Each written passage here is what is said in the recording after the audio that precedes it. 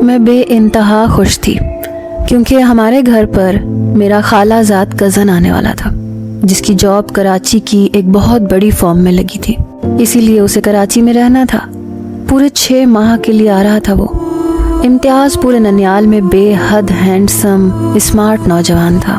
ہر لڑکی کا دل شاید اسے دیکھ کر ضرور دھڑکتا ہوگا، اور میں تو تھی بھی خوابوں میں رہنے والی لڑکی۔ کئی گھنٹے آسمانوں میں جگمگاتے ہوئے تارے میں بڑے آرام سے دیکھ لیا کرتی تھی۔ میرے برعکس میری بڑی بہن آج کل کے دور کے حساب کی تھی، اپنے فائدے کی بات فوراً سے مان لیتی تھی، بہت خوبصورت بھی تھی۔ اس کے مقابلے میں میں ہمیشہ مار کھاتی تھی، حسن میں بھی اور باقی چیزوں میں بھی۔ شروع سے ہی وہ بااعتماد قسم کی تھی اور میں شرمیلی سی۔ اپنی بات کہتے ہوئے مجھے بہت دقت محسوس ہوتی تھی اور وہ اپنی ہر بات کا اظہار بنا کسی جھجک کے کر لیتی تھی۔ میں شروع سے ہی اپنے اس کزن کو بہت پسند کرتی تھی، حالانکہ وہ مجھ سے عمر میں پورے 8 سال بڑے تھے، لیکن کمال کی شخصیت کے مالک تھے۔ بالکل سحر انگیز شخصیت تھی ان کی۔ میں تو زیادہ تر ان کی آنکھوں میں دیکھتی ہی نہیں تھی، ڈر لگتا تھا کہیں وہ میرا دل ہی نہ چرا لیں۔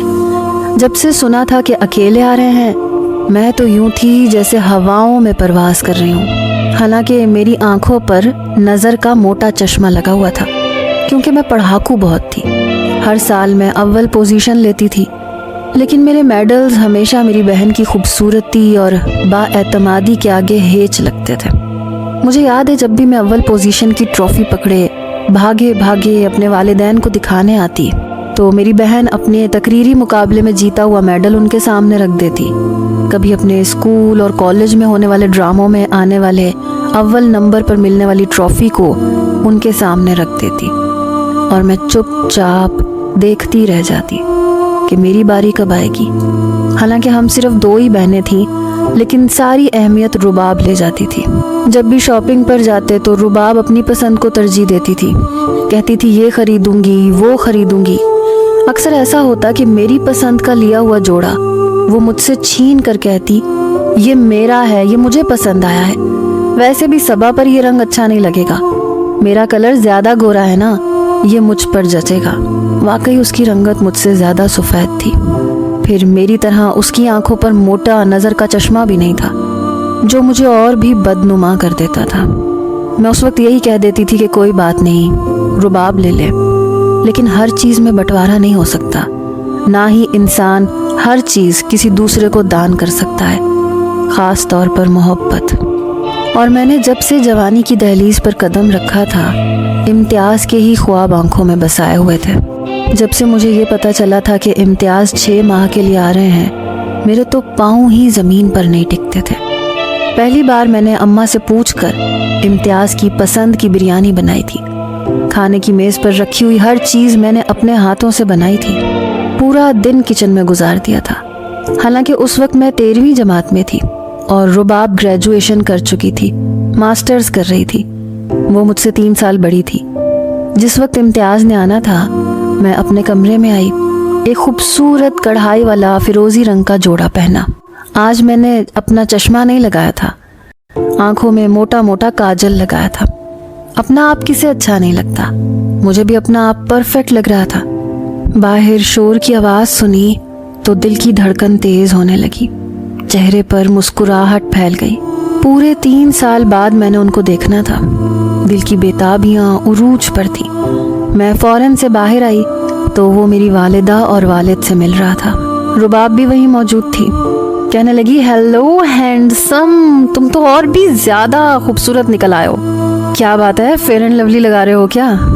وہ ہنسنے لگا، کہنے لگا یہ کام تم لوگوں کا ہے، مجھ پر تو خدا کی خاص مہربانی ہے، اللہ نے حسن اتنا دے دیا ہے کہ سنبھالے نہیں سنبھالا جاتا۔ رباب اسے ہمیشہ ایمی کہہ کر پکارتی تھی، کہتی تھی کہ مجھے تمہارا یہ اتنا لمبا چوڑا پرانے زمانے کا نام بالکل پسند نہیں ہے، اس لیے میں تمہیں کبھی بھی امتیاز نہیں کہوں گی۔ ابھی سب اس سے مل رہے تھے، باتیں کر رہے تھے، خیریت پوچھ رہے تھے، لیکن میرے قدم تو اسے دیکھ کر وہیں جم گئے۔ سمجھ نہیں پا رہی تھی کہ کیسے آگے بڑھوں، اسے سلام کروں یا سیدھا خیریت پوچھ لوں۔ میں عجیب تذبذب کا شکار تھی۔ جب امتیاز کی نظر مجھ پر پڑی، سب کچھ چھوڑ کر وہ میرے پاس آیا، مجھے غور سے دیکھنے لگا۔ اس کا یوں مجھے دیکھنا مجھے اور بھی نروس سا کر گیا۔ مجھے لگا کہ جیسے ذہن میں ترتیب کیے ہوئے سارے جملے میرے دماغ کے صفحے سے صاف ہو چکے۔ کہنے لگا تم وہی صبا ہو نا؟ میں نے ہاں میں سر ہلا دیا۔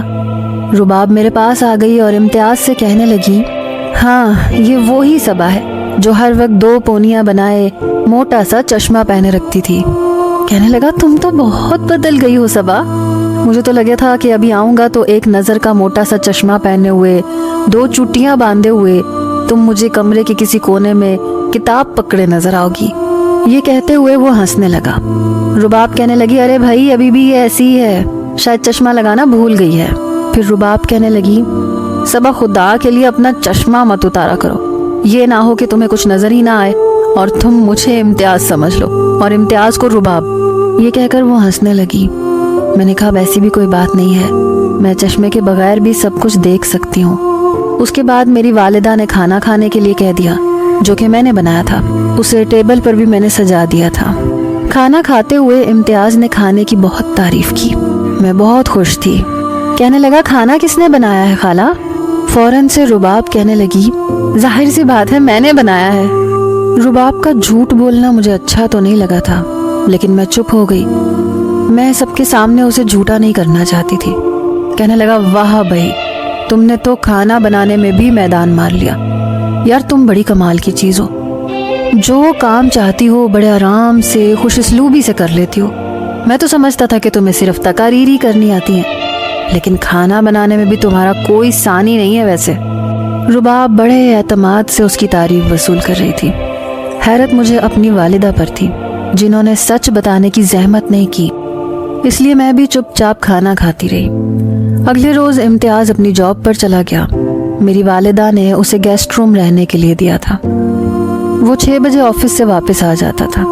آتے ہی مجھ سے کہتا صبا یار سر میں بہت درد ہے، پلیز 1 کپ چائے بنا دو۔ میں فوراً سے اپنے سارے کام چھوڑ کر کچن میں چلی جاتی، ایک اچھی سی چائے بنا کر اس کے کمرے میں لا کر رکھ دیتی۔ امتیاز کہتے تمہاری چائے میرے سارے دن کی تھکن اتار کے ایک طرف رکھ دیتی ہے۔ چائے پینے کے بعد میں بالکل فریش ہو جاتا ہوں۔ بہت مزے کی چائے بناتی ہو تم۔ اس کی اتنی سی تعریف مجھے اتنی خوشی دیتی کہ لگتا تھا دنیا جہان کی ساری خوشیاں مجھے مل گئی۔ میں خوش ہو جاتی تھی۔ زیادہ تر میں یہی کوشش کرتی تھی کہ اس کے سامنے اپنی نظر کا چشمہ نہ لگاؤں، اور اپنے بالوں کی بھی میں چٹیاں بنا کر نہیں رکھتی تھی۔ میرے بال رباب سے بھی زیادہ لمبے تھے، شاید وہ اپنی ہیئر کٹنگ کرواتی رہتی تھی۔ اس کے بال کٹنگ کے بعد بس شولڈرز تک ہی تھے، لیکن اس پر اچھے لگتے تھے۔ البتہ مجھے لمبے بالوں کا شوق تھا، اس لیے میرے بال کمر سے بھی نیچے تک تھے۔ البتہ مجھے سر پر دوپٹہ رکھنے کی عادت تھی، اور میں ہر وقت سر پر رکھتی تھی دوپٹہ۔ رباب تھوڑی فیشنیبل قسم کی تھی، گھر کے کسی کام کو ہاتھ نہیں لگاتی تھی، لیکن کریڈٹ ضرور لے جاتی تھی۔ میں کمرے سے باہر جانے لگی تو وہ کہنے لگا صبا کہاں جا رہی ہو؟ کیا آپ بیزی ہو؟ میں نے کہا نہیں میں بالکل بھی بیزی نہیں ہوں، ایک دم فری ہوں۔ میری بات سن کر کہنے لگا تو بیٹھ جاؤ میرے پاس، باتیں کرتے ہیں۔ میں یہ سن کر بہت خوش ہوئی، ورنہ وہ روز بس میرے ہاتھ کی چائے ہی پیتا تھا۔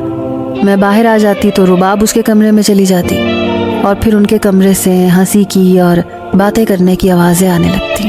1-2 بار میں بھی گئی تھی کہ چلو میں بھی انہیں جوائن کرتی ہوں، بات کرتی ہوں، لیکن رباب مجھے اس کے سامنے بات بات پر ذلیل کرنے لگتی، کہتی کہ ایک تو یہ ڈفر ہے، جب تک 10 گھنٹے پڑھائی نہ کر لے اس کو کچھ سمجھ میں نہیں آتی۔ میں تو صبا کو بہت کہتی ہوں کہ مجھ سے پڑھ لیا کرو، لیکن نہیں بھائی یہ تو کتابی کیڑا ہے۔ تبھی کہتی ہوں کہ اس کی دماغ میں بہت کمی ہے، 4 لوگوں کے سامنے یہ بات نہیں کر سکتی، گھبرا جاتی ہے۔ اسی لیے میں رباب کی موجودگی میں امتیاز کے پاس بیٹھنا ہی چھوڑ دیا تھا، لیکن آج وہ خود کہہ رہا تھا تو میں بڑی خوشی سے اس کے پاس بیٹھ گئی۔ کہنے لگا تمہیں نہیں پتا تم بڑی ہی پیاری ہو، جانتی ہو تمہارے چہرے پر معصومیت ہے۔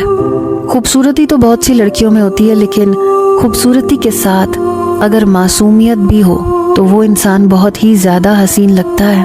میں تو اس کی باتیں سن کر شرم سے نظریں جھکا گئی۔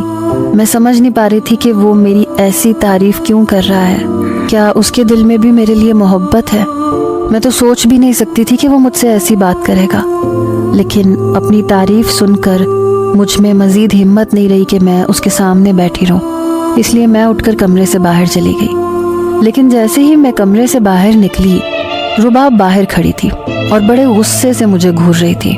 میں سمجھ نہیں پائی کہ وہ مجھے کیوں گھور رہی ہے۔ بہرحال میں اپنے کمرے میں چلی گئی۔ کچھ دن کے بعد جب میں کالج سے واپس آئی تو اماں نے جو خبر مجھے سنائی وہ میرے لیے کسی دھماکے سے کم نہ تھی۔ میری والدہ کہنے لگیں کہ جلدی سے اپنی شاپنگ کر لو۔ میں نے کہا کیوں اماں، کیا ہوا ہے؟ کیا خاندان میں کسی کی شادی آ رہی ہے؟ وہ کہنے لگیں تمہاری بہن کی منگنی ہونے والی ہے۔ یہ سن کر میں بہت حیران ہوئی، کیونکہ ابھی تک تو رباب کو کوئی لڑکا پسند ہی نہیں آیا تھا۔ بہت اونچا ناک تھا اس کا، رشتہ آتا تو 100 نقص نکال کر واپس بھیج دیتی تھی۔ ان دنوں تو نہ اس کا کوئی رشتہ آیا۔ میں نے کہا اماں، رباب کا رشتہ تو آیا ہی نہیں، منگنی کیسے ہو گئی؟ اور اگر آیا بھی تھا تو مجھے کیوں نہیں بتایا؟ اماں کہنے لگیں بھائی اپنے امتیاز کے ساتھ ہو رہی ہے، اسے رباب بہت پسند ہے۔ یہ سننا تھا کہ میں اگلی سانس لینا بھول گئی۔ رباب کی منگنی امتیاز کے ساتھ کیسے ہو سکتی تھی؟ ابھی چند روز پہلے تو وہ میری تعریف کر رہا تھا۔ اماں، کیا امتیاز بھائی نے خود کہا ہے کہ وہ رباب سے شادی کرنا چاہ رہے ہیں، یا پھر خالہ ایسا چاہتی ہیں؟ مجھے ابھی بھی اپنے کانوں پر یقین نہیں آ رہا تھا۔ میری والدہ کہنے لگیں ارے بھائی، امتیاز کی اپنی مرضی ہے، تبھی تو میری بہن نے ذکر کیا ہے، بلکہ امتیاز نے خود رباب سے کہا ہے کہ وہ اسے پسند کرتا ہے، اس سے شادی کرنا چاہتا ہے۔ یہ سن کر بھی مجھے اپنے کانوں پر یقین نہیں آیا تھا، اس لیے میں سیدھا امتیاز کے کمرے میں چلی گئی۔ وہ فون پر کسی سے ہنس ہنس کر باتیں کر رہا تھا۔ جب میں کمرے میں گئی تو اس نے فوراً سے یہ کہہ کر فون رکھ دیا کہ میں بعد میں بات کروں گا۔ اس نے فون بند کر دیا اور مجھے مسکراتے ہوئے دیکھنے لگا۔ میں نے کہا کیا آپ رباب کو پسند کرتے ہیں؟ کیا آپ واقعی رباب سے شادی کرنا چاہتے ہیں؟ میری بات سن کر وہ ہنسنے لگا، کہنے لگا اور کیا، اب تو تمہارا اور میرا رشتہ اور بھی مضبوط ہونے والا ہے، تمہارا بہنوئی بننے والا ہوں میں تو اس کی بات سن کر حیران تھی۔ کہنے لگا دراصل میں بہت پہلے سے رباب کو پسند کرتا ہوں، مجھے وہ بہت اچھی لگتی تھی اور میرا یہاں آنے کا مقصد بھی یہی تھا۔ میں جاننا چاہتا تھا کہ کیا رباب بھی مجھے پسند کرتی ہے یا نہیں، کیونکہ شادی کے لیے ضروری ہوتا ہے کہ لڑکا لڑکی دونوں ایک دوسرے کو پسند کریں۔ پھر کہنے لگا رباب تو مجھے پسند تو کرتی تھی لیکن نخرے بہت دکھاتی تھی، اظہار ہی نہیں کر رہی تھی۔ میں تنگ آ گیا تھا اس سے پوچھ کر، ہر بار ٹال جاتی تھی کہ سوچوں گی۔ چند دن پہلے میں نے تمہاری تعریف کی، میں جانتا تھا کہ رباب دروازے کے باہر کھڑی ہماری ہی باتوں پر کان لگائے ہوئے ہے، بس پھر میں نے یہ پلان آزمایا، تمہاری تعریف کرنے لگا، تمہاری چائے کی تعریف کرنے لگا۔ رباب سے برداشت ہی نہیں ہوا، تمہارے جاتے ہی کمرے میں آئی، کہنے لگی صبا سے کیا باتیں کر رہے تھے؟ میں نے کہا کیا کہہ رہا تھا، تعریف ہی تو کر رہا تھا۔ جانتی ہو اس نے کیا کہا؟ کہنے لگی امتیاز تم صرف میرے ہو اور میں تمہارے منہ سے کسی کی بھی تعریف نہیں سن سکتی، اپنی بہن کی بھی نہیں، بس مجھے اسی بات کا تو انتظار تھا۔ پھر ہنسنے لگا، کہنے لگا صبا میں نے ٹھیک کیا نا، تمہاری مغرور بہن کو سیدھا کرنے کا بس یہی ایک طریقہ تھا میرے پاس۔ میں چپ کی چپ رہ گئی۔